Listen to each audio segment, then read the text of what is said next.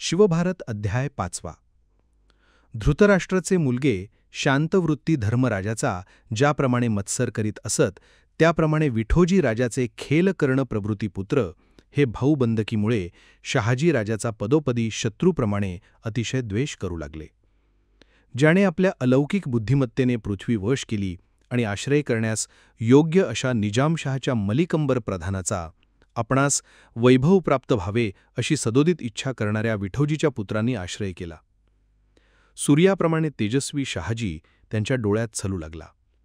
आपल्या कुलामध्ये फूट उत्पन्न झाली आहे हे त्या मनकवड्या आणि बुद्धिमान शहाजीने ओळखले आणि मल्लिकंबर, निजामशहा व आपल्याविरुद्ध कपट कारस्थान करणारे आपले दुष्ट चुलत भाऊ यांचा तिरस्कार करून अत्यंत उत्साही, मानी, गरुडाप्रमाणे पराक्रमी, विजयश्रींची माहेरघर व खांद्यावर भाला टाकलेल्या शहाजीने आपले सैन्य आणि विपुल युद्धसामग्री यांसह जलदीने आपल्या जहागिरीस प्रयाण केले. तेथून निघून जाऊन आपल्या जहागिरीत मोठ्या ऐश्वर्याने राहिलेल्या त्या शहाजीस निजामशहाच्या प्रधान मुळीच वश करू शकला नाही.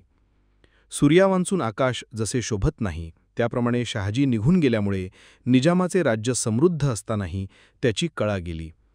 भेद पाडण्याला हीच संधी योग्य आहे असे त्या महामती व निजामशहाची स्पर्धा करणाऱ्या आदिलशहाने आपल्या सरदारांकरवी त्या महाबाहू, अतिशय उत्साही आणि थोर मनाच्या शहाजीस सहाय्यार्थ आणवून तो आपणास अजिंक्य मानू लागला. ज्याप्रमाणे वाऱ्याच्या मदतीने वणवा वनेंची वने जाळून वुद्धिंगत होतो, त्याप्रमाणे त्या शहाजीचे सहाय्य मिळाल्याने आदिलशहा शत्रू सैन्याचा विध्वंस करून उत्कर्ष पावला. आपल्या तेजाने सर्वत्र तळपणारा सूर्य ज्याप्रमाणे सुंदर ग्रहांनी युक्त असलेले आकाश आक्रमितो, त्याप्रमाणे त्या महाबाहू शहाजीने आपल्या प्रतापाने त्या थोर मनाच्या मलिकंबरास जिंकले. जोराने वाहणारा तुफानी वारा ज्याप्रमाणे बद्धमूल वृक्षास मोडून पाडतो, त्याप्रमाणे त्या उत्कर्ष पावणाऱ्या शहाजीने निजामशहाचा स्वबाहुबलाबद्दलचा गर्व जिरावला. नंतर त्या इब्राहिम आदिलशहाने संतुष्ट होऊन आपल्या शत्रूचा विध्वंस करणाऱ्या शहाजी राजाला आपले अर्धपद दिले असे मला वाटते. मातब्बर लोकांनी सेविलेला, पर्वताप्रमाणे उंच, महापराक्रमी आणि गर्विष्ठ असा मुधोजी फलटणकर इब्राहिम शहाच्या विरुद्ध असल्याने त्याच्यावर शहाजी राजाने युद्धसरंजामासह स्वारी करून त्याचा पूर्ण पराभव केला. कर्नाटक आणि केरळ प्रांत जिंकून त्या प्रतापी शहाजीने इब्राहिम शहाच्या गजनीमध्ये भर घालून त्याला फार संतुष्ट केले. त्याने दुसऱ्याही बलाढ्य राजांना आपल्या कारस्थानांच्या जोरावर आपल्या कह्यात आणून ते इब्राहिम शहाचे राज्य रामराज्याप्रमाणे केले. ज्याप्रमाणे पार्वतीने शंकराची सेवा केली, त्याप्रमाणे यादव कुलात उत्पन्न झालेली, चंद्राप्रमाणे सुंदर मुख असलेली व सुंदर दात असलेली जिजाई शहाजी महाराजांची सेवा करी. ती अत्यंत विलासवती आणि प्रसन्नोन्मुख साध्वी राणी आपल्या पतीची प्रत्येक इच्छा परिपूर्ण करीत असे. त्याला तिच्यापासून 6 शुभलक्षणी पुत्र झाले, त्यापैकी शंभू आणि शिवाजी हे दोघे काय ते वंशवर्धक झाले. परंतु शिवाजी हा विष्णूचा अंश पृथ्वीवर अवतरून तो सर्व राजांचा नेता आणि शत्रुपक्षीय राजांचा विनेता कसा झाला हे मी सांगणार आहे, ते हे द्विजश्रेष्ठांनो आपण ऐका. पूर्वी दररोज उग्र तपश्चर्या करून शंकराला प्रसन्न करून घेऊन वेदशास्त्रांचा प्रतिबंध केल्याने कळीकाळ बळावला. नंतर दुष्ट लोकांना अनुकूल व सज्जनांस प्रतिकूल असा तो पापोमय काळ गांढून कपटी, देवब्राह्मण द्वेष्टे व महाविध्वंसक दैत्य म्लेच्छ रूपाने पृथ्वीवर अवतरले. प्रथम त्यांनी पश्चिम दिशा, त्यानंतर उत्तर, पूर्व व अजिंक्य दक्षिण ही बळाने पादाक्रांत केली.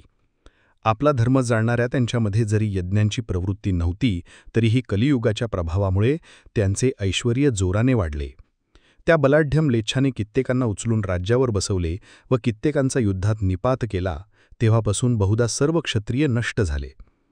तेव्हा म्लेच्छांच्या पिढीने गांजून जाऊन धरित्री देवी आपल्या रक्षणार्थ रक्षणकर्त्या ब्रह्मदेवाकडे गेली. भयंकर पीढेमुळे निस्तेज दीनवदन झालेल्या त्या पृथ्वीनं 33 कोटी देवांकडून वंदिला जाणाऱ्या त्या ब्रह्मदेवास वंदन केले. विषण्ण झालेली ती पृथ्वी हात जोडून आपले अनेक प्रकारचे दुःख निवेदन करण्याच्या हेतूने ब्रह्मदेवास म्हणाली. देवी विश्वंभरा म्हणाली, हे ब्रह्मदेवा, तू तिन्ही लोकांचा पिता आहेस आणि वैदिक धर्माचे रक्षण करणे तुला प्रिय आहे, असे असूनही मी या दुःखसागरात बुडत असताना तू माझी उपेक्षा का करतोस? हे ब्रह्मदेवा, त्वा निर्माण केलेले जे हे चराचर विश्व ते म्लेच्छरूपी दैत्यांमुळे हाहाकार आज बुडत आहे. ज्या दुष्ट दैत्यांचा देवांनी पूर्वी संहार केला, तेच या कलियुगात म्लेच्छरूप धारण करून मला पीडा देत आहेत.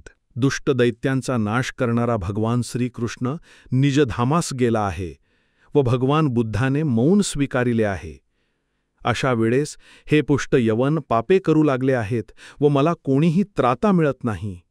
मी या दुःखाचे निवारण कसे करू?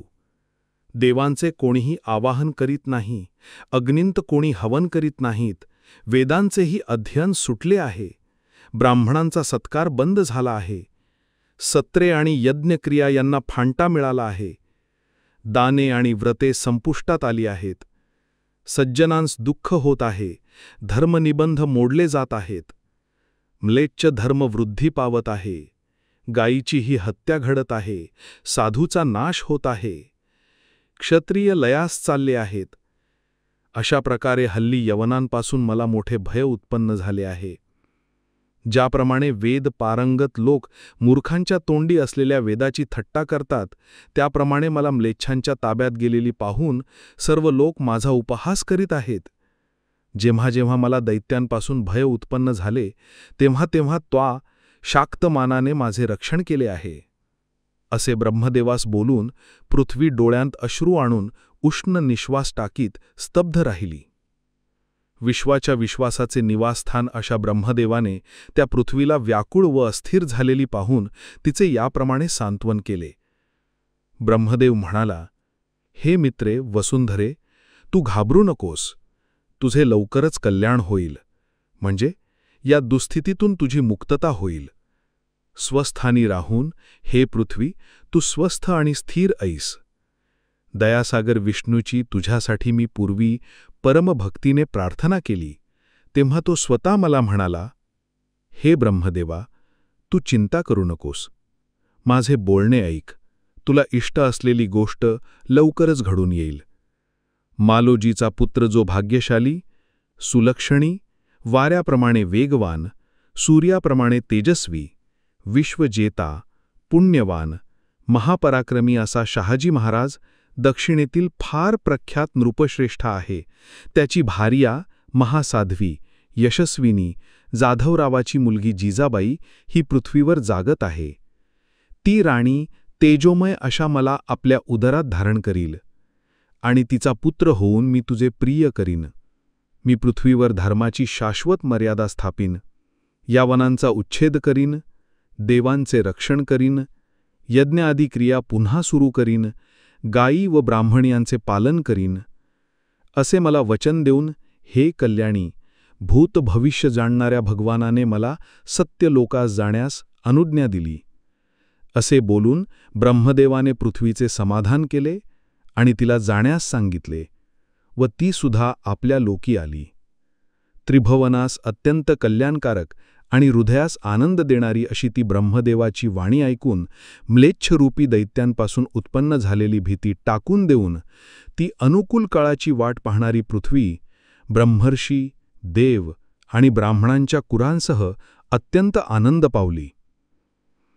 अत्यंत पीडादायक झालेल्या अशा सहस्त्रावाद दैत्यांनी व्यापून टाकलेल्या अखिल पृथ्वीला लवकर मुक्त करण्याची इच्छा करणाऱ्या कृपाळू आणि निरुपम विष्णूने सुंदर मनुष्यरूपही धारण करण्याची इच्छा केली.